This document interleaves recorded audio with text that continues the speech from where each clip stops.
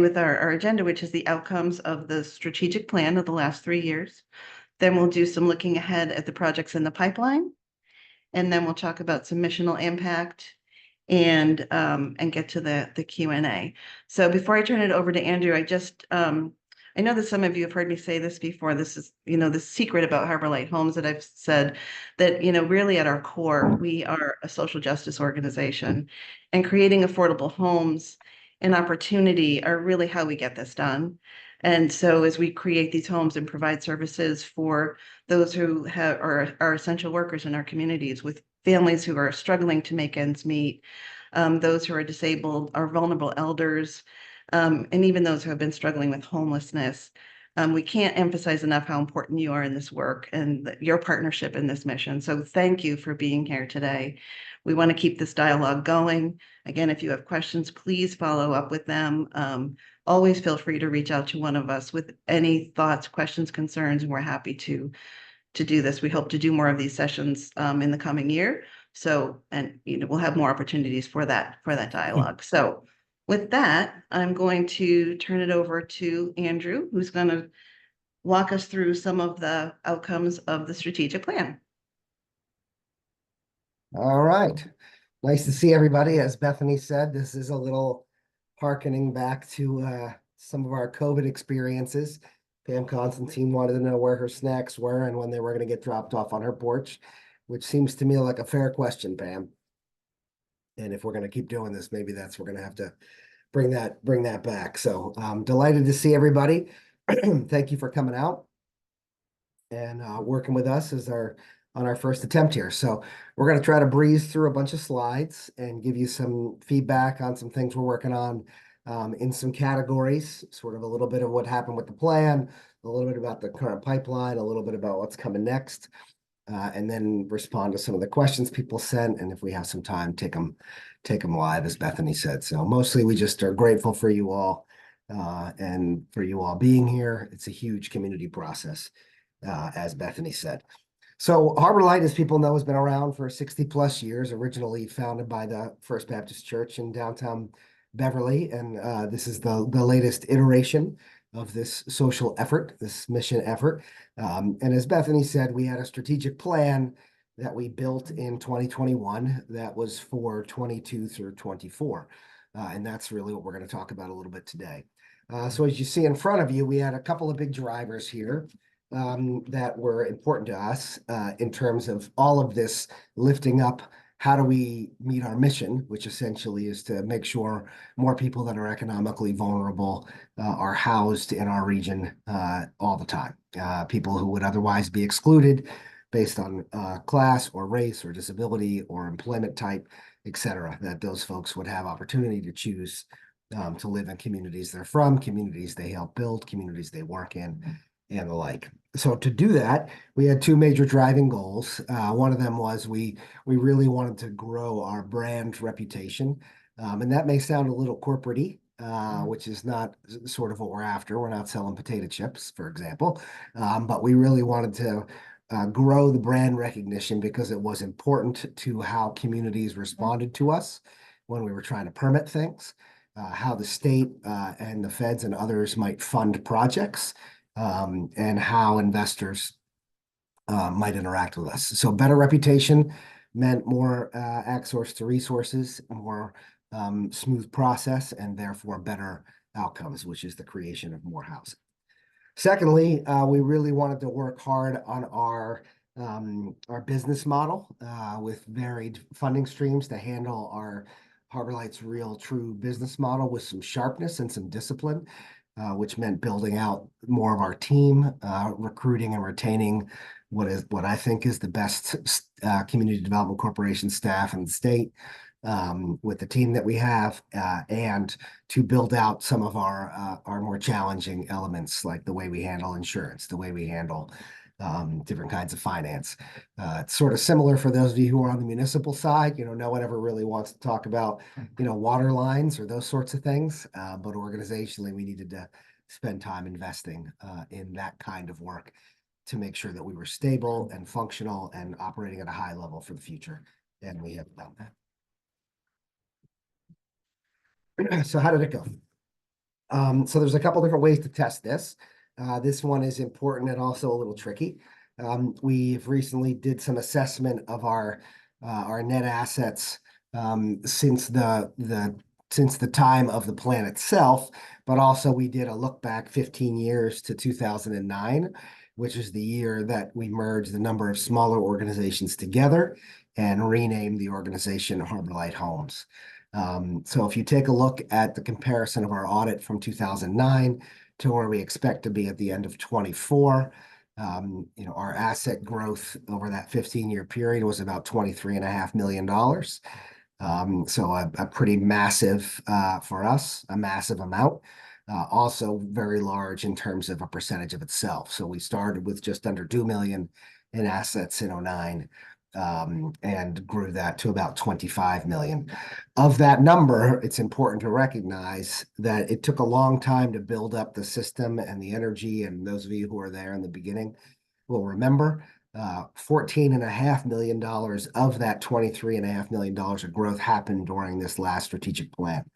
Now, happened is probably a strong word because a lot of the work happened before this plan, but it culminated. The funding hit the balance sheet in that period of time.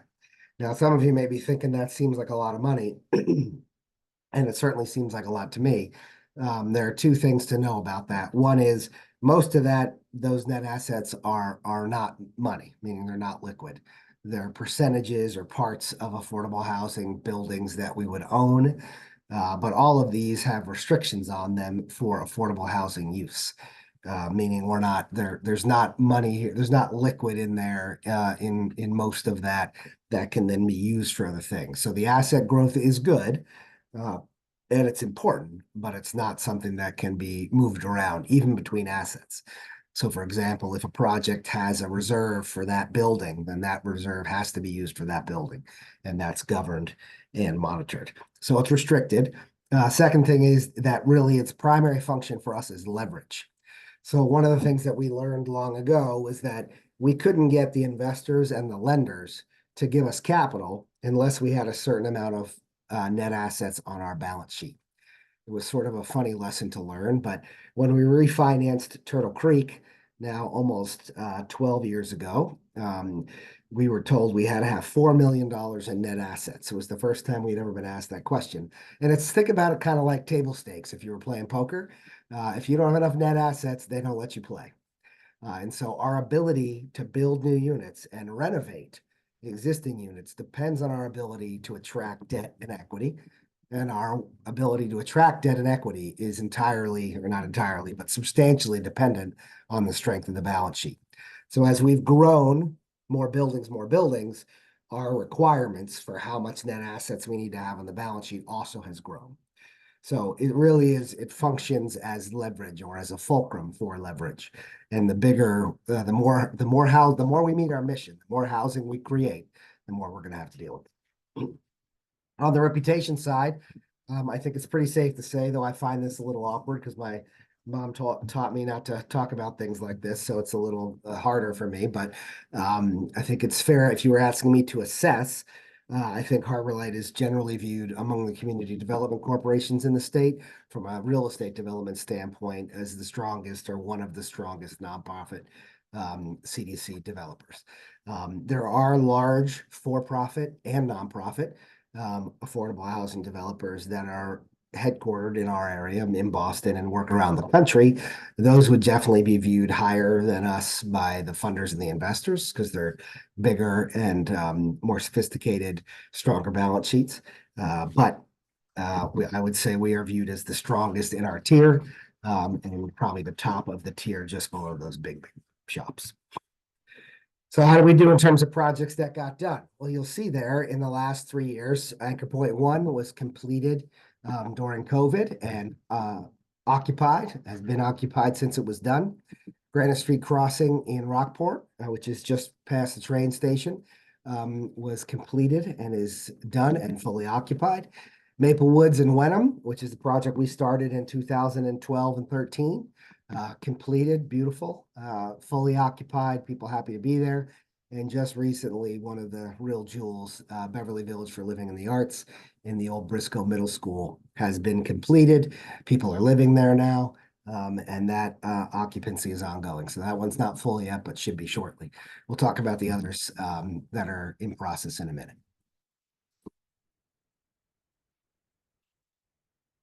All right, how did it go for the business model stability? I think quite well. There's a couple things to look at there. One is the pace and the volume of development. We call them the lanes, the different kinds of real estate development we can do. We have natural limitations because of our commitments, meaning we can only get so much subsidy at a time to build. We're committed to Massachusetts, and within Massachusetts, we're committed to Southern Essex County, which is about 21, 22 communities. We don't have the ability to go after different pools of money in different states, of course, or even in different regions because we're committed to the place that we are. So within that, we can do a certain amount of kinds of projects at a time, bigger ones, joint ventures, smaller service ones, and we're doing all of those. I would say we have been able to maintain pace with the development of multiple projects at one time, as you saw on the previous slide, as well as grow our philanthropy base through the community investment tax credit that you see noted here, and through other forms of philanthropy. Big growth from 09 to 24 and substantial growth from 21 to 24. You see the 61% number there. These things are essential to our ability. This is the fuel in the tank. On the resident services side, we continue to build that out. This is how do we make sure that particular groups of our residents have access to services they need to maintain quality of life and independence. So this is things like Meals on Wheels, or personal care, or counseling, or access to job training, or resume writing, any of those kinds of things. A lot of that's done through partnerships. You'll see here we have about 30 or so partners that help us with this different work, partners like the YMCA, Senior Care, Element Care out of Lynn, and others. On the right-hand side, you see a couple of interesting charts that show some metrics we're looking at. One of those is growth in household income. So for our families, residents, we really want to support them in growth of income, growth of assets, and growth of education, all on the premise that those will create more opportunities for families and especially for their children. And you'll see here on 3 of the newer family projects, a steady and reliable growth in income the longer people are in place. This will give them and their children more choices and power. On the advocacy side, it's been sort of a big year. I think it's important you'll see a bunch of different things that have happened. The Housing Stewards Program, which is for housing advocates, the Housing Institute, which is for public officials. The stewards are having their latest program right now virtually, and the Institute has one coming in Peabody not long from now. We've done a bunch of other work at local policy levels, like with local different initiatives. For example, local inclusionary zoning or local housing production plans, as well as regional activity on the relationship between racial segregation and housing. But the big one is the bond bill. So in the bond bill, largest bond bill ever passed, just over $5 billion, which is over twice as much as the last bond bill, which was done under Governor Baker, as well as an abundance of different housing policies. You may have heard of 3A or the MBTA law. That was in there. There are a variety of others. It is the largest piece of housing legislation in the last 50 years, easily a once in a generation move. Now we have to see what the impact's going to be through implementation. Couple other things coming up on the infrastructure side and the racial equity side. I think it's good to know we did substantial infrastructure upgrades to our offices. We moved everything to the cloud in the last year. Big shout out to Tech Networks and Tom Mitchell and Anna Seedzik and others who worked hard on that. Tim Donovan, our COO, worked hard on that process. A massive piece of work, very worth it. Makes us more nimble, more efficient. On the racial equity side, where we went through a process with the YW Boston to work on our internal work. That's going to be implemented into 25 and 26 with the support of one of our board members and technical experts, Abu Toppin. We also were involved directly in the creation of the Mass Coalition for Racial Equity and Housing report, which is this document here. And you'll be able to see that online, which we hope is going to impact the statewide effort. Additionally, we moved our offices. So if you hear below me is one of the daycare rooms below us. So I get to hear I can tell when it's nap time because they change the music down below, which is, it's difficult to stay awake during that time, I have to say. They bring me no snacks, but the music is very compelling. Variety of other things that happen around insurance and maintenance. And so we're really digging deep to make sure that our foundation is stable. Now, if you take a look ahead to the projects that are in the pipeline, you'll see some that are under construction right now, which we'll peel through. Agawam Village in Ipswich. This is a public housing authority building. We did a collaboration, a joint venture with the Ipswich Housing Authority to do a massive $11+ million rehab and upgrade of these buildings, which they needed. This is a really complicated financing project and construction, occupied 4, 5, 6 units at a time, getting done, residents moving around, but very successful, going very well. And we should be done with this one in the spring of next year. Next one is the Catalyst building in Lynn. This is under construction right now. You can see it. It's the upper 2 floors of an old mill building in downtown Lynn, our first Lynn construction project. These are micro units for youth aging out of foster care. You'll note the same idea. We create an affordable housing framework residentially that people can economically access, and then we wrap around services for them. So this is a particular project for a particular population. If you drive by, you will see that under construction right now near the Lynn train station. Anchor Point 2 is the sister building to Anchor Point 1. So if you drive by Beverly High School, you will see that one building, as we said, is finished. The second building is under construction right now.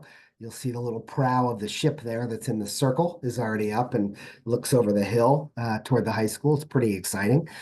So that one is under construction, going gangbusters, will be complete next year. 20% of the families that move there will use that location to recover from homelessness and regain their independence, which is what happened with Anchor Point 1. And that construction is ongoing and looking good, and thankfully is wrapped up, and they're starting to work on the inside. The Lighthouse Center is the third building there. This is the community building that's philanthropically funded. We're about at 80% of our commitment goal of funds. I've had smaller gifts of $1,000 up to large gifts of $1 million and more, all in between. So it all hands on deck. We're trying to create really a new model here where we integrate deeply services physically on site, proximate to where the residents are, to promote their access and utilization of the services. And then the building of services through collaboration that will support quality of life and long-term choice growth. As we said before, that was sort of has been the point. You'll notice this is an echo. So what are the things that are going to improve quality of life? Daycare on site through our partners with Pathways, outdoor programming space, open green space, raised garden beds, playgrounds, etc. What's going to improve choices and opportunities? Education on site through our partners at Beverly Bootstraps or North Shore Community College, access to training for jobs with higher rates of pay, and access to training and supports, including match savings for the generation of assets. So that one is not yet done. We are pouring the foundation, but we need to raise roughly another $1.5 million. And the hope is we'll be able to build that at the same point as the end of Anchor Point 2. Got a couple of projects in the pipe, more than we're going to show you here, but this is sort of the inside version. There's a couple of others in the works. This is Windward Crossing, same theme.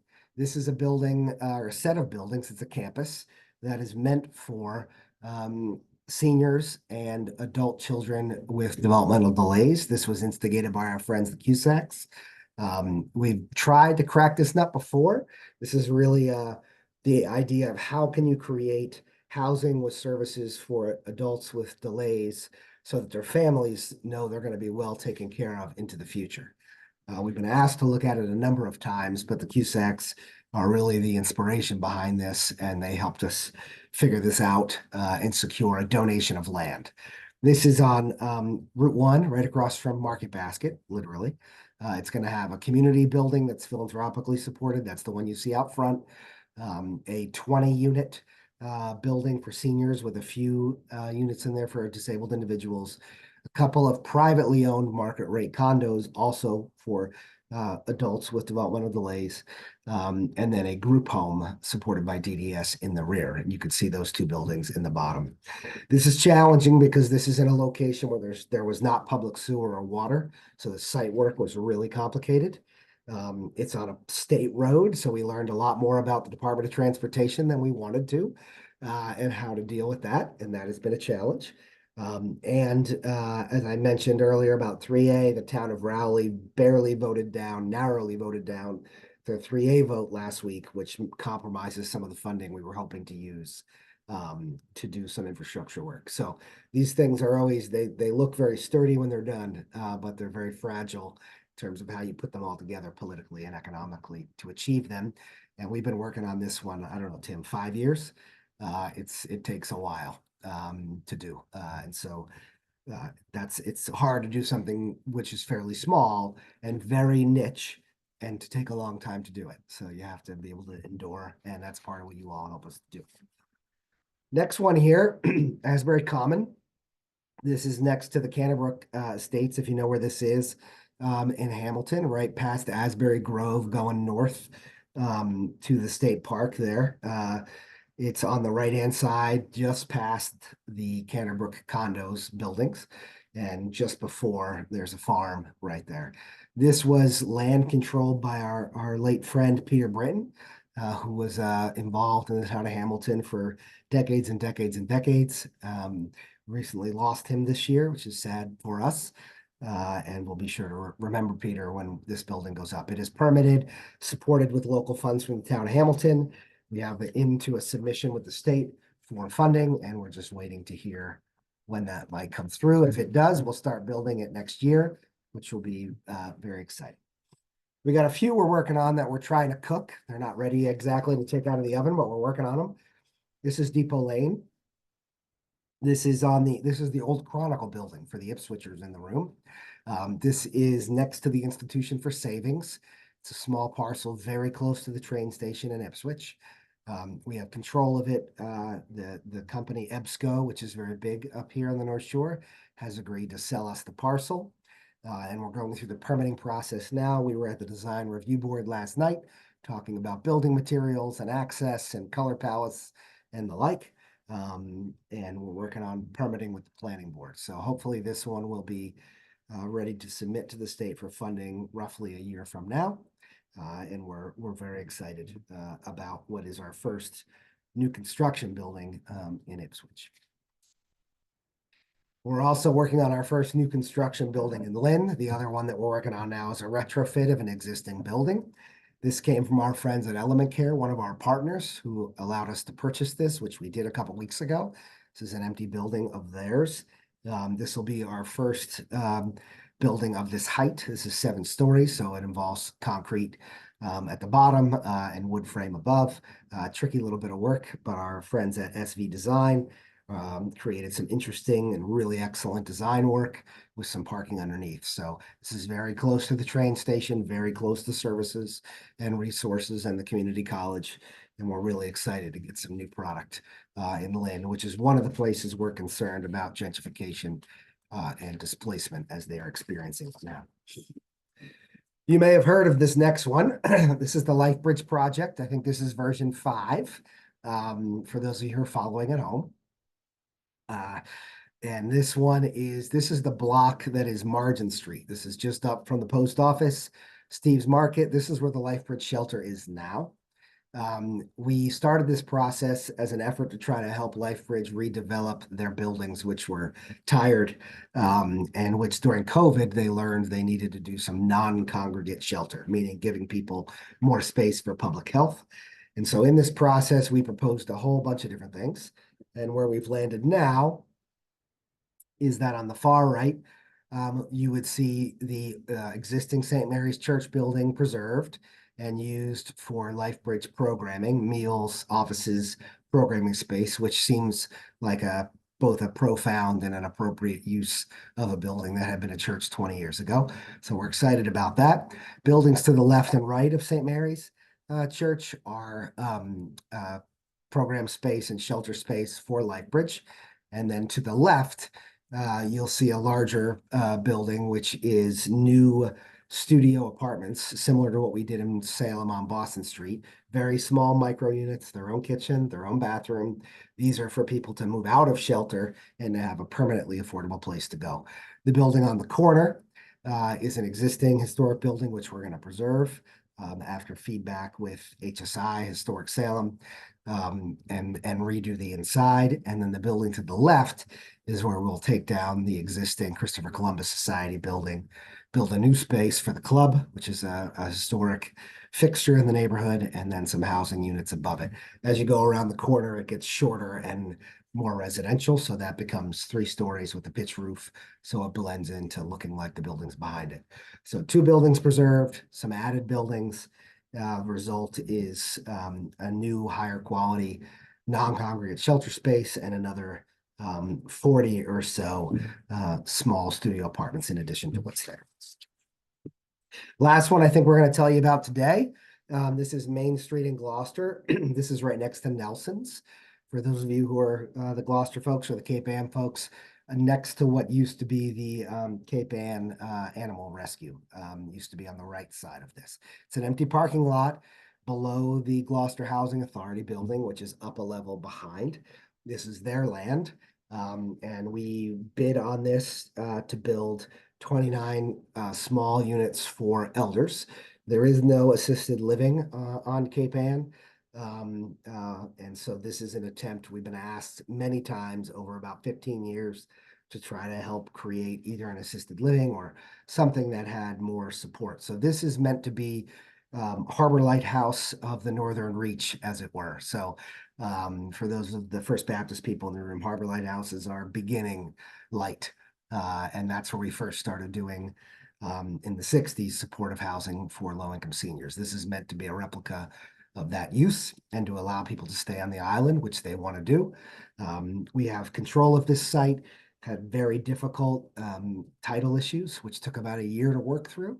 The city has been very supportive and has funded the site through the Community Preservation Committee, and we're just waiting for a letter from the state that authorizes us to begin the permitting process, which we expect to do in earnest in early January. And that's going to be a great one. I like the clock tower. That's a Thad Samasco special. That is right there.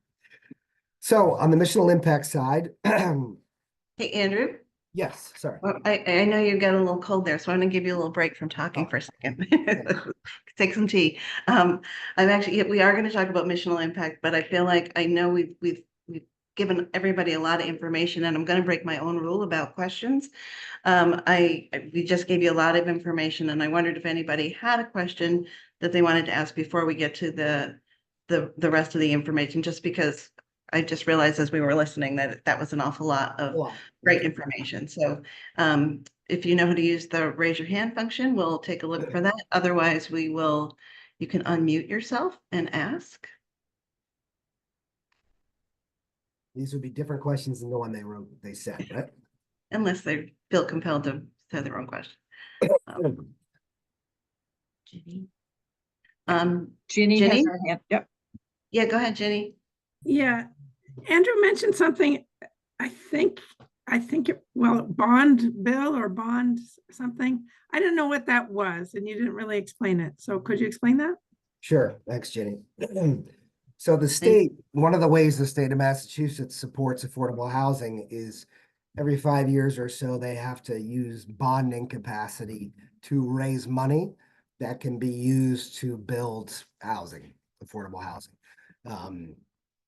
So the bond bill, which is sort of the colloquial name, was the recent exercise in that, and they authorized $5.1 billion with a B of bonding capacity.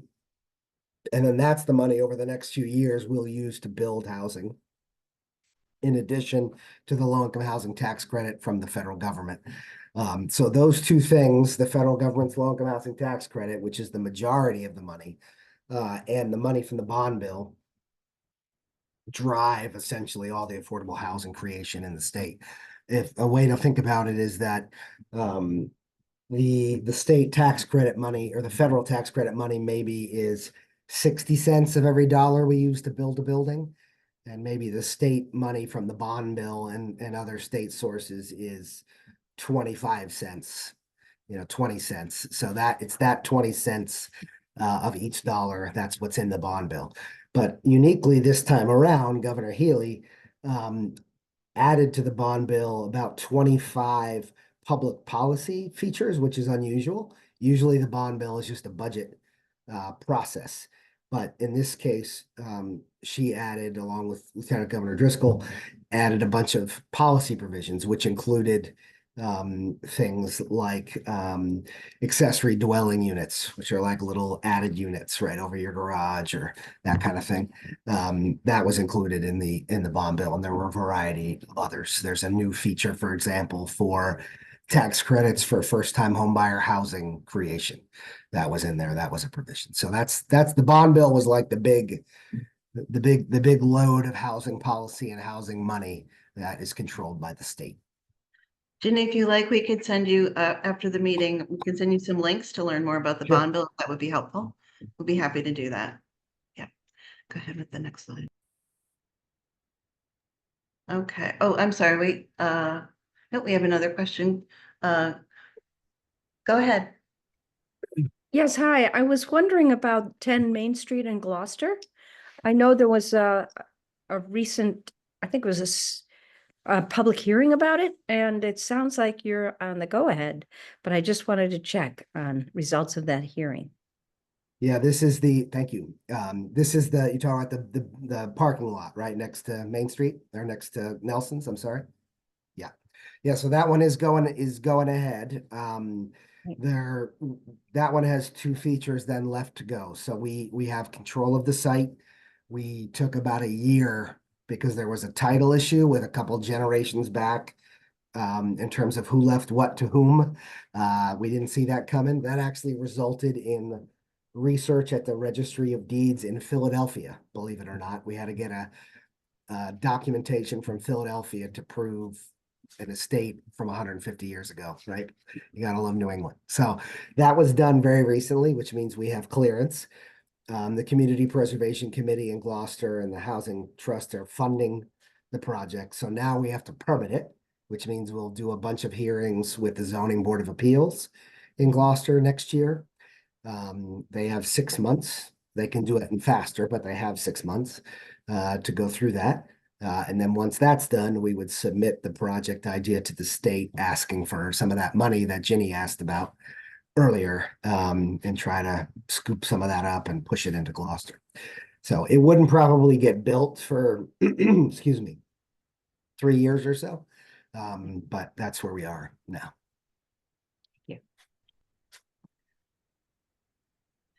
Thanks for those questions, and we definitely will do some more before we close it out. So just to move on a little bit, we wanted to talk about some, the missional impact, sort of where this whole community of folks fits into this process, and how you can impact this work in your own communities and in partnership with Harborlight. So we wanted to give you some high level takeaways that hopefully sort of give you a sense of where your support is really generated and focused on and most needed. So Andrew, I don't know if you want to run through a few of those. Yeah, I think if you take 3 things away from this call, these would be the 3.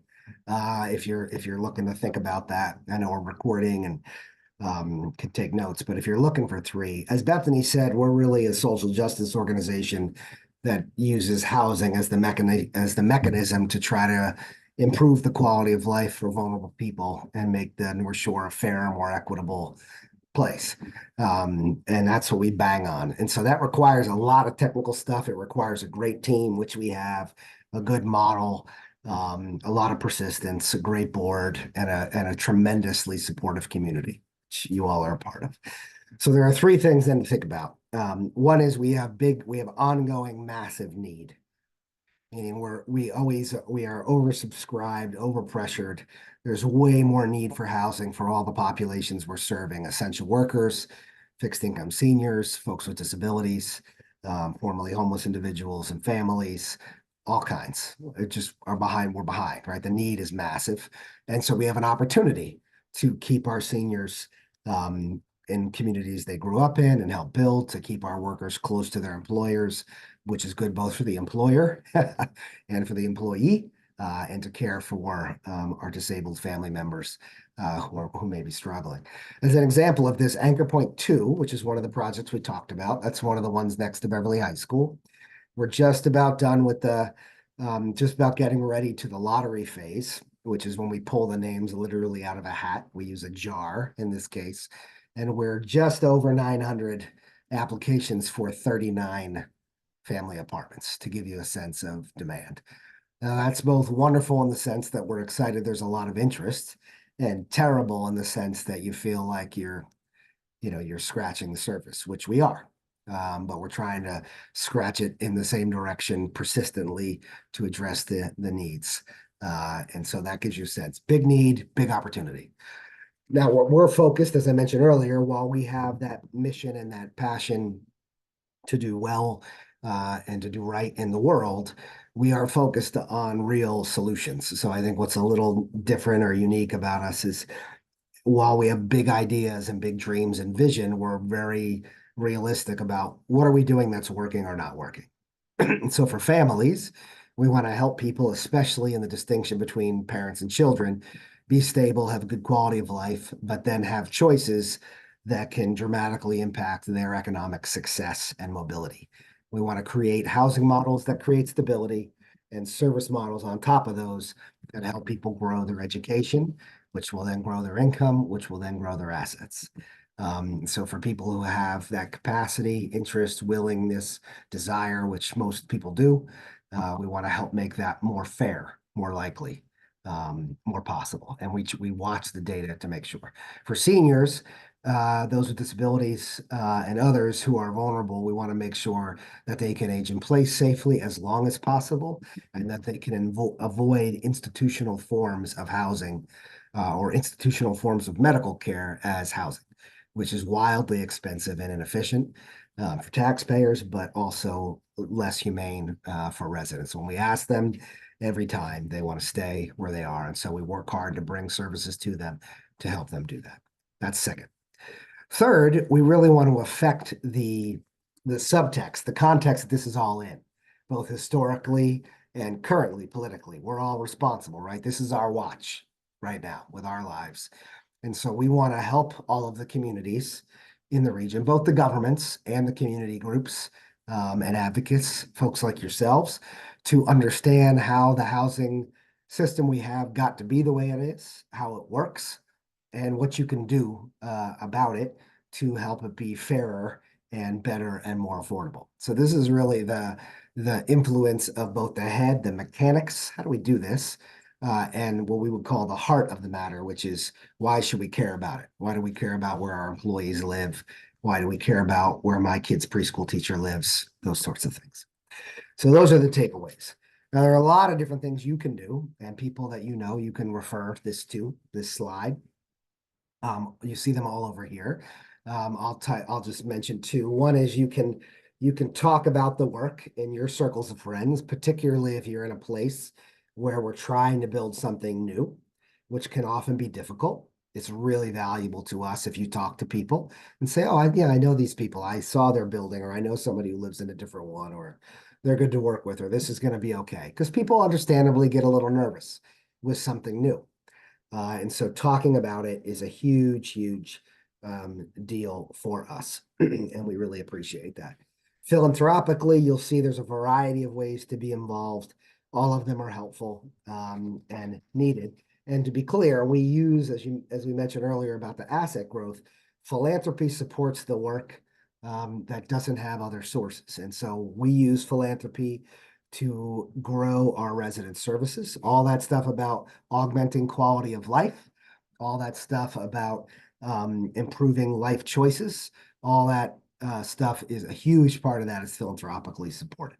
For example, somebody pays for scholarships for kids, philanthropically supported.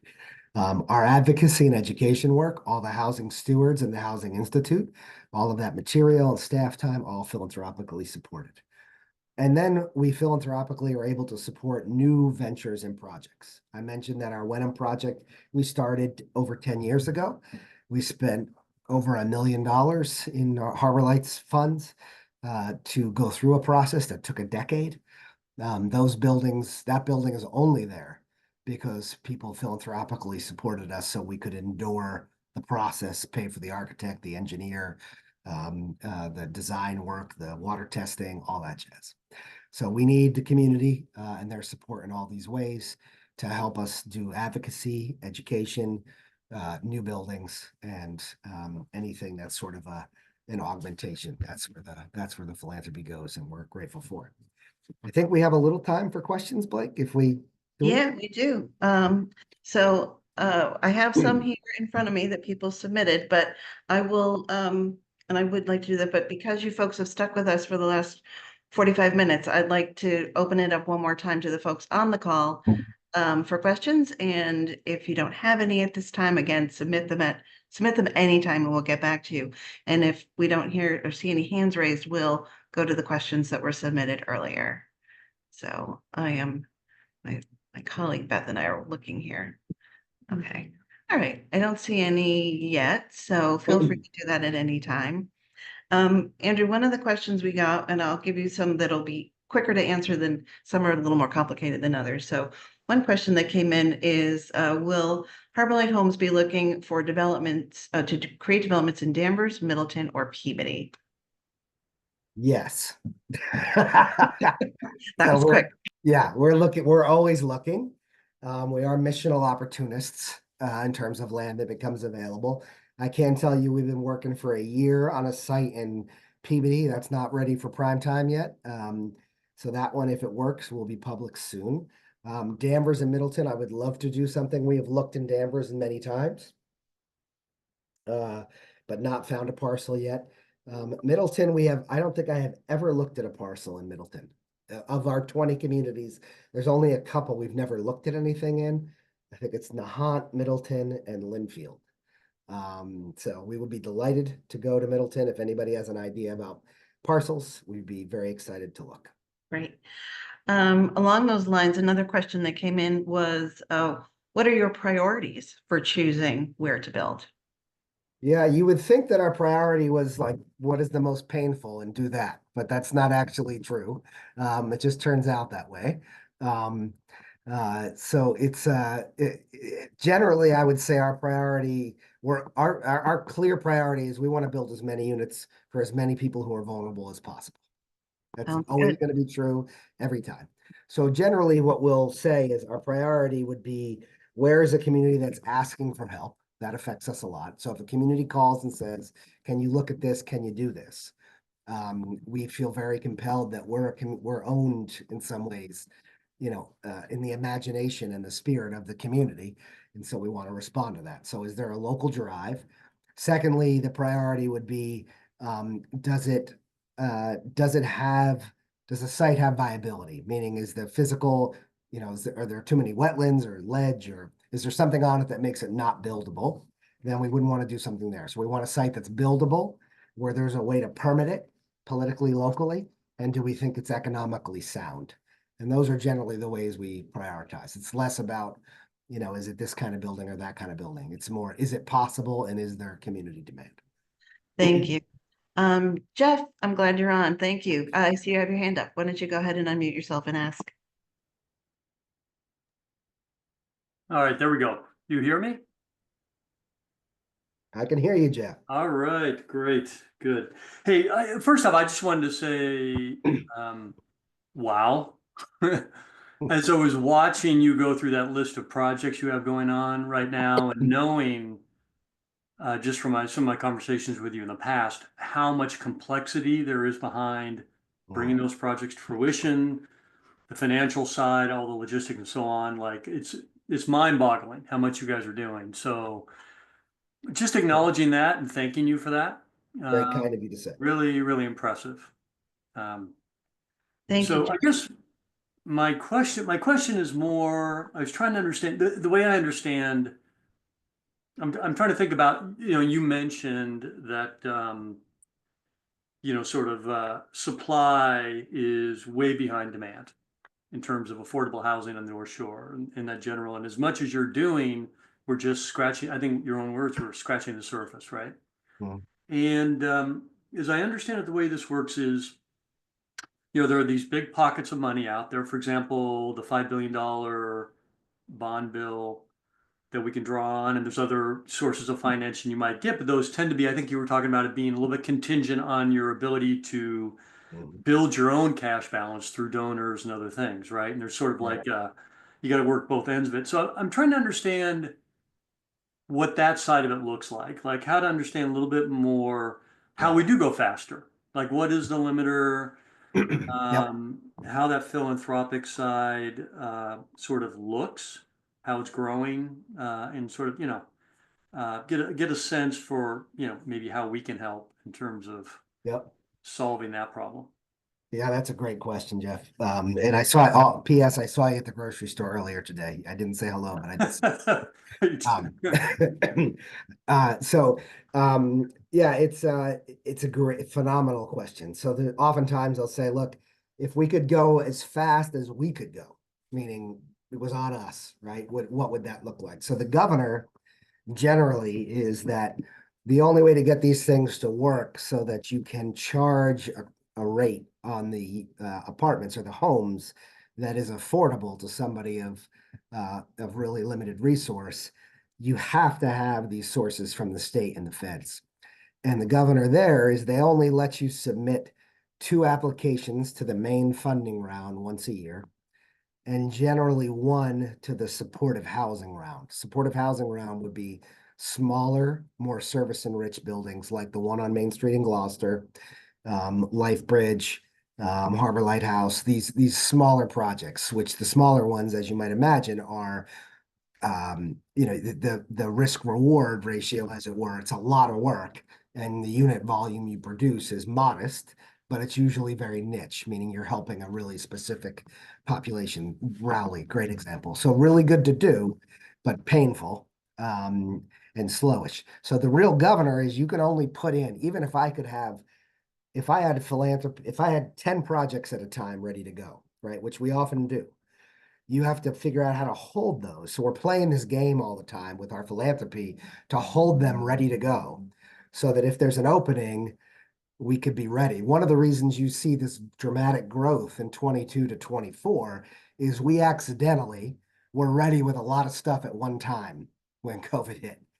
And so we had a bunch of stuff, right, which maybe is not brilliant, but is, you know, indicative certainly of my personality and the organization's, the team's skill. We had a lot of stuff that could get built. So we just kept throwing things in and they kept funding them, you know, one after the other after the other. And so that worked. So we try to hold a bunch of stuff ready to go. Now that creates some tension, right? Because you're holding the land, which you're usually paying a price for, and you're bearing the cost of massive pre-development expenses and risk if something goes sideways. And so we're trying now to parse this a little more. So we have 4 different types of projects at a time wide, and 3 or 4 deep, meaning we have 1 getting built, 1 in pre-development, 1 that we're checking on and thinking about, maybe another one, right? So that we're mitigating and staggering our risk, but still able to go as fast as the state will let us go. But generally, the issue is we can't, in a single state, we can't get more of that capital more often than that cycle I just described. So that what you see some of the bigger shops do is that's why they work in more than 1 state. Because the states are an increment of economic resources. So if we were in New Hampshire and Massachusetts, we could submit in both lanes, right? And do a project in each state. And that's a different animal than we are, but that's what the bigger places do. So there is a possibility that you can do some different kinds of stuff like mixed income or mixed use, where you had not as much affordability or as many affordable units, but you use the market to support more of a blended reality. That's possible, but difficult. It's not as it's harder than it seems like it should be. But that gives you a sense of what the governor is really on. How much of that, how many times can I get in line to get that capital at once? It's kind of like a monopoly board. You can only get $200 every time you pass the guy with the mustache. And that's kind of our reality. That's really helpful. I mean, would a way around that, Andrew, be potentially partnering with other organizations that could get in line in Yeah. parallel? Yeah, great question, Jeff. You're reading it. I love it. So yes, is the short version. So essentially our friend can wait in line for us or with us. So Yeah, the way that Briscoe got done when it did is we gave our ticket to our friend. Now we stayed in the deal, right. but we did that, and I will say I was the least sophisticated person. So Tim on the call and Kristen on the call, our real estate director and our COO both lobbied for us to do what's called a joint venture. That's a technical term for get a friend. I of course am turfy as the day is long, so I did not want a friend in my sandbox. It was my toy, and I wanted to keep holding it. And they said, "Well, you can have no toy, meaning you don't meet any mission at all. No one has a place to live at Briscoe, or you Right. can share the toy." And so I Right. said, "Fine, we'll share the toy." I was reluctant. It was genius. We would have never got it done as well or as fast. And so now we're doing that. The Lynn project is a joint venture. The Ipswich project is a joint venture. We have another Gloucester project that's not public yet, joint venture. So now that's when I said before we have 4 lanes across. One of those lanes now is joint venture. Use a friend's ticket. Got it. And that allowed us to go a whole nother project at the same time, accordion out to the right. So now it's our own regular project, refinancing, supportive housing deals, and a friend's ticket. So we got in that way, we got 33% bigger with that exact strategy, or faster. Thank you. Awesome. I'm gonna do a time check here. Sorry, I love this stuff. We're at 4:54. Ginny, I see you have your hand up, but I'm gonna give one question that came in. Real quick, and Andrew, I know this is gonna be a tough one to give a quick answer to, and then Ginny, let's make sure we get to your question, and if we don't, put it in the chat and we'll make sure we answer it at some point. So one of the questions that came in, and I think it's quite timely, is in light of the recent issues with local teachers association and school committees, what is a good counterpoint to use when people are blaming class sizes on affordable housing growth? Yeah, it's a hard one because there is a little bit of once you're in the middle of a difficult debate like that, it can become politically very difficult, right? Because people have a lot of felt need to an individual situation, like their kid and their class. The data generally is, we pulled some data on Anchor Point 1, where of the 38 units that got built in Anchor Point 1, we had, about 50 or so kids. But because there was local preference, meaning local families got access first, employees, residents, etc., about 31 of those units went to people with local preference of the 38. And of that 31, there were 34 kids that essentially were in the schools. So it gives you a sense of the kids that were not local preference, the units, which were 7, there were only 4 children that were not local preference. So additionally, I think we would say 2 other data points is 8 of the kids that were local preference kids, meaning their families were locally affiliated, were homeless before they moved into AP1. So they had a local connection, but they were currently homeless, which meant the district was wildly exposed to them economically because we're required federally to bus kids. Let's say they're in a homeless shelter in Framingham, but they came from Beverly and they're at the Cove School, which is where my kids went to school. Then they would have to get bused to Cove every day, and the district has to pay for it, the local district. So in some ways, solving the homeless problem, the kids that are homeless, is a dramatic cost saver to the district. 2 other data points that are important. One is there are ways to strategically do this well so the municipality generates more income for the housing. So Anchor Point was built in a 40R district. 40R district means that the city of Beverly is going to get reimbursed for excess costs for any children that are going to school there that are new to the district over time, year by year by year by year.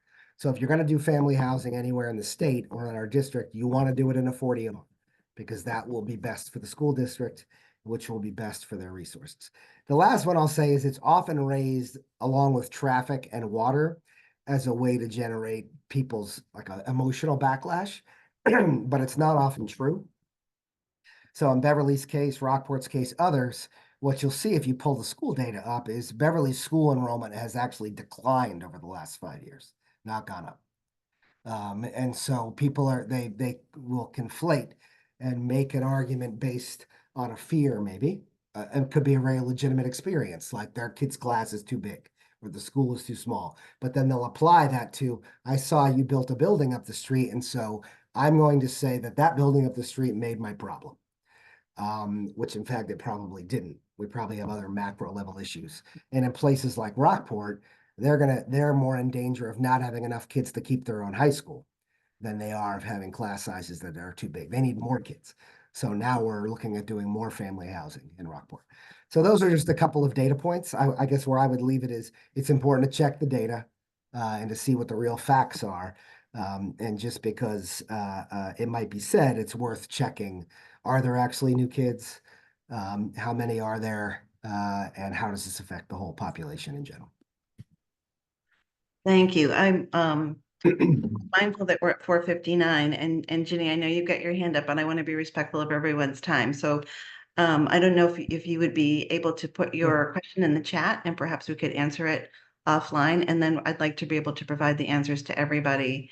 Or you can email it to me if you don't mind, because I promised everybody we would get to an hour. And those were complicated answers. Sorry, go ahead, Ginny. I'm Sorry. sorry. Sorry, I thought you were. Oh, I think you're still muted. I'm clicking in the wrong place. Okay, no worries. I can send it an email. Real quick, you can decide whether you want to answer or not, but you said before that 60% of the funding for these things typically is federal funding. And I wondered if you're concerned that the federal funding might go away because of the change in administration. I'll just put it that way. Yeah. So 30 seconds, Blake. Yeah. 30 seconds, because we promised folks right on time. Yep. So yes, we're concerned, but we're always concerned. So we're concerned with every administration. And I would say most of that 60 cents, one of the things that's brilliant about it is it's actually not a budget line item. It's a tax credit, which was created by Reagan in '86. And so it's been pretty politically durable. So it's not like an item you can cut. It's an IRS code. And so we're more worried about how, I would say for myself, I'm more worried about how the current administration might affect tax policy, because that will affect how much of that 60 cents is intact. I'm less worried about how it might affect the budget line item, because that's not the mechanics. But are we worried in general? We're always worried. Right. Okay. Thank you, everyone. Thank you, Ginny, for that question. I'm glad we were able to squeeze it in. And we have other questions we didn't get to, so we're going to send that out and we'll send it out with the recording. So look for that next week. Feel free to share it with folks that you think are interested in this work and knowing more. We're really grateful that you showed up today, and we wish you all a very happy holiday season.